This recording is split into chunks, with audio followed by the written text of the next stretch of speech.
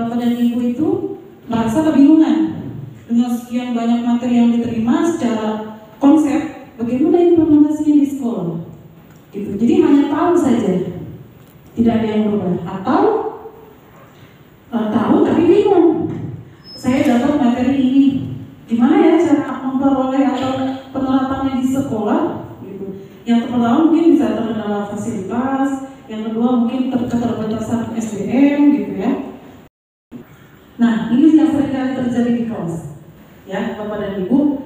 Dari proses belajar yang kita alami di kelas, kemudian pusing, bahkan tidak tahu harus seperti apa, sehingga implementasinya menjadi kurang tepat. Contohnya sederhananya, ketika ada anak yang aktifnya luar biasa, terus ketika asumsi itu tidak dianalisis, maka Bapak dan Ibu punya pemikiran, ini kayak anak ABK deh, tanpa ada pembelajaran atau pendalaman lebih lanjut. Ini anak berbohong loh, latar belakang keluarganya, langsung menjustifikasi asumsi yang ada di pikiran Bapak dan Ibu, sehingga ketika implementasi di kelas kurang sesuai dengan kebutuhan siswa tersebut. Karena kurikulum Merdeka itu menuntut pembelajaran berdiferensiasi sesuai dengan kebutuhan siswa itu sendiri yang berbeda-beda. Lanjut Pak. Kita lihat.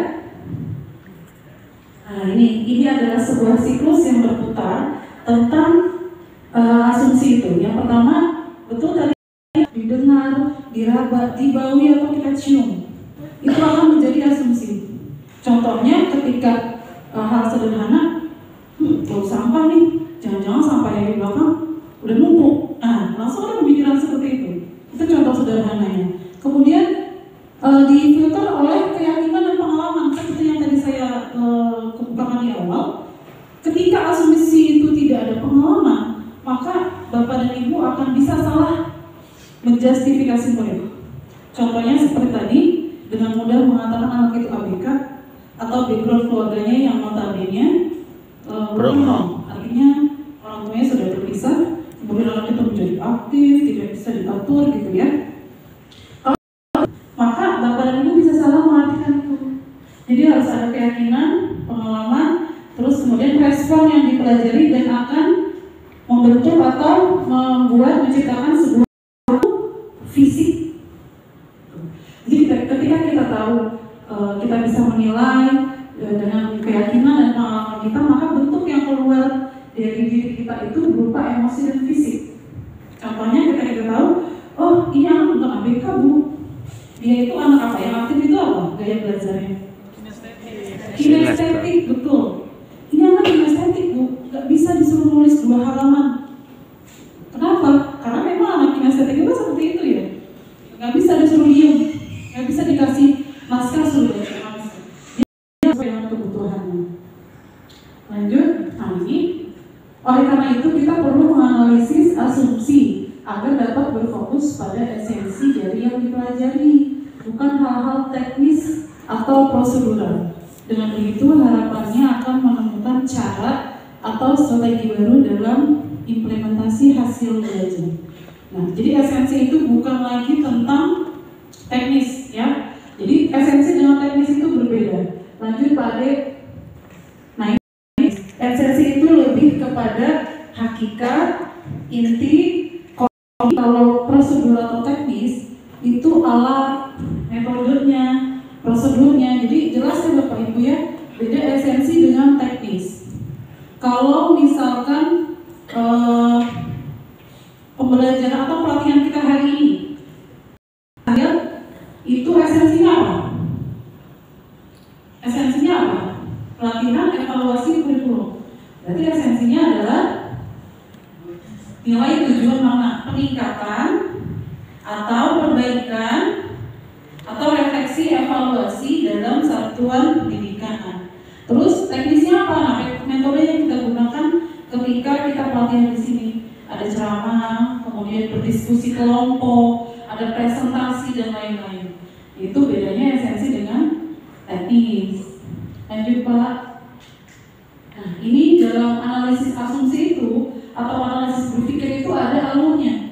Ada 4 alur yang harus dilalui. Yang pertama, tantangan yang dihadapi. Yang kedua, yang ketiga, esensi dari topik yang dipelajari. Yang terakhir, cara atau strategi baru yang dapat dilakukan. Bagaimana contohnya? Kita lihat contohnya. Nah, ini tentang kesiapan belajar siswa ya. Jadi ketika guru berusaha menyiapkan kondisi kelas dengan cara memberikan ice breaking.